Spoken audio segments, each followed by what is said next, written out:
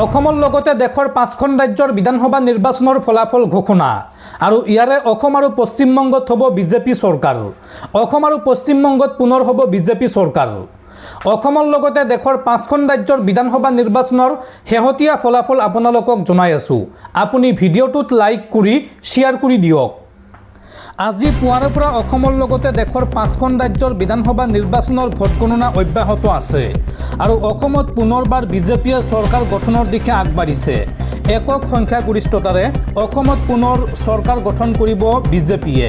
এই মুহূৰ্তলৈকে বিজেপিয়ে কেইখন আসন লাভ কৰিছে, কংগ্ৰেছে কেইখন আসন লাভ কৰিছে, অসমৰ কোনটো দলে কিমান আসন লাভ কৰিছে সবিশেষ তথ্য জনাই আছোঁ।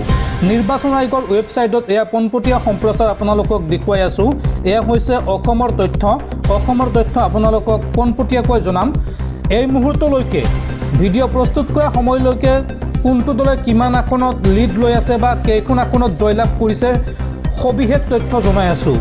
এই মুহূৰ্তলৈকে বিজেপিয়ে লিড লৈ আছে 81খন আসনত, INC অৰ্থাৎ কংগ্ৰেছে 20খন আসনত, BPF 10খন, AGP 9খন, AIUDF 2খন, RD অৰ্থাৎ ৰাইজৰ দলে 2খন আৰু আদাৰ্ছ অৰ্থাৎ অন্যান্য 2খন আসনত অগ্ৰগতি লাভ কৰি আছে। সবিশেষ তথ্য জনাইছোঁ আপোনালোকক। ইয়াৰে ভাৰতীয় জনতা পাৰ্টীয়ে লিড লৈ আছে 78 অৰ্থাৎ 78খন আসনত আৰু 3খন আসনত ইতিমধ্যে জয়লাভ কৰিছে। কোন 3খন আসনত জয়লাভ কৰিছে আপোনালোকক সেই তথ্য জনাম। ধেমাজিত বিজেপিয়ে জয়লাভ কৰিছে ৰণোজ পেগু, ডক্টৰ ৰণোজ পেগু, পূৰ্বৰ চৰকাৰৰ কেবিনেট মন্ত্ৰী ৰণোজ পেগুৱে বৃহৎ জয়লাভ কৰিছে। আৰু তাৰ পিছৰ সমষ্টিটো হৈছে চিচিবৰগাঁও সমষ্টিত জীৱন গগৈয়ে জয়লাভ কৰিছে। আৰু তাৰ পিছৰ সমষ্টিটো হৈছে যোৰহাটত হিতেন্দ্ৰনাথ গোস্বামীয়ে জয়লাভ কৰিছে। বৃহৎ পৰাজয় হৈছে গৌৰৱ গগৈয়ে বিধানসভা নিৰ্বাচনত পৰাজয় বৰণ কৰিছে। হিতেন্দ্ৰনাথ গোস্বামীয়ে টোটেল ভোট লাভ কৰিছে 69,439টা। জীৱন গগৈয়ে টোটেল ভোট লাভ কৰিছে 75,758টা আৰু ডক্টৰ ৰণোজ পেগুৱে টোটেল ভোট লাভ কৰিছে 83,649টা। আৰু তাৰপিছত আপোনালোকক তথ্য জনাই আছোঁ। Indian national Congress INC Congress দলে এই মুহূৰ্তলৈকে 20খন আসনত অগ্ৰগতি লাভ কৰি আছে, কিন্তু এখন আসনতো জয়লাভ কৰা নাই। বড়োলেণ্ড পিপলছ ফ্ৰণ্ট চমুকৈ BPF এখন আসনত জয়লাভ কৰিছে আৰু 9খন আসনত অগ্ৰগতি লাভ কৰি আছে। কোনখন আসনত জয়লাভ কৰিছে এই তথ্য আপোনালোকক জনাইছোঁ। মাজবাট সমষ্টিত জয়লাভ কৰিছে চৰণ বড়োৱে। টোটেল ভোট লাভ কৰিছে 84,718টা। আৰু তাৰ পিছৰ AGP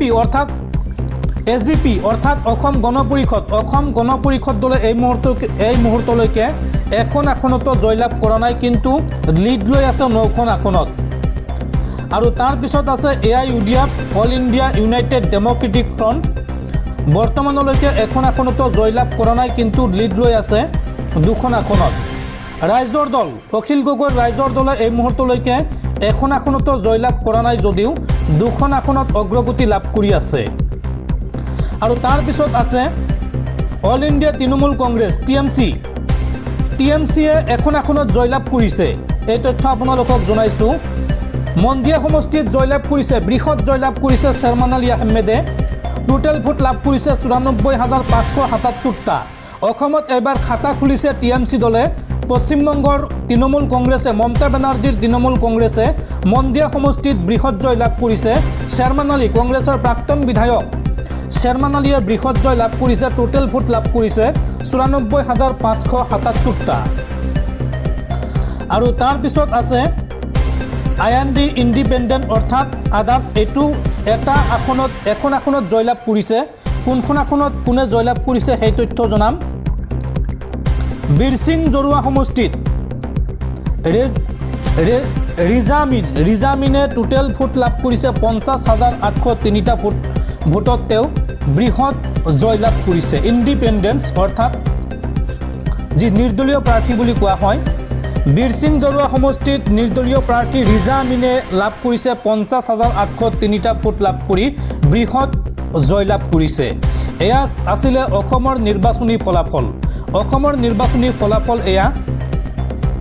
আৰু আপোনালোকক অসমৰ লগতে বাকী কেইখন ৰাজ্যৰ ফলাফল জনোৱাৰ চেষ্টা কৰিম। বাকী কেইখনত কোনে কিমানখন আসন লাভ কৰিবলৈ সক্ষম হৈছে এই মুহূৰ্তলৈকে। আমি অসমৰ পিছত চাম কেৰালা। কেৰালাত এই মুহূৰ্তলৈকে INCয়ে 44খন আসনত লিড লৈ আছে আৰু জয়লাভ কৰিছে 20খন আসনত। CPIMে 16খন আসনত লিড লৈ আছে, জয়লাভ কৰিছে 10খন আসনত। IUMLে 19খন আসনত লিড লৈ আছে, 3খন আসনত জয়লাভ কৰিছে। CPIয়ে 5খন আসনত লিড লৈ আছে, 3খন আসনত জয়লাভ কৰিছে। আৰু KEC দলে 5খন আসনত জয়লাভ লিড লৈ আছে আৰু 2খন আসনত জয়লাভ কৰিছে। আৰু তাৰপিছত আমি চাম পুডুচেৰী। পুডুচেৰীত INRCয়ে 1খন আসনত লিড লৈ আছে, 9খন আসনত জয়লাভ কৰিছে। BJPয়ে 3খন আসনত লিড লৈ আছে, 2খন আসনত জয়লাভ কৰিছে। IND অৰ্থাৎ যি নেকি ইণ্ডিপেণ্ডেন্স 3খন আসনত জয়লাভ কৰিছে। DMK 1খন আসনত লিড লৈ আছে আৰু 1খন আসনত জয়লাভ কৰিছে। আৰু শেষত আছে INC অৰ্থাৎ ইণ্ডিয়ান নেশ্যনেল কংগ্ৰেছ। কংগ্ৰেছ দলে মাত্ৰ 1খন আসনত উইন হৈছে অৰ্থাৎ জয়লাভ কৰিছে। আমি তাৰপিছত চাম তামিলনাডুৰ ফলাফল। তামিলনাডুত TVK বিজয় থালাপতিৰ TVK দলে এক প্ৰকাৰ ধুমুহাৰ সৃষ্টি কৰিছে তামিলনাডুত। তামিলনাডুত TVK দলে 105খন আসনত অগ্ৰগতি লাভ কৰি আছে।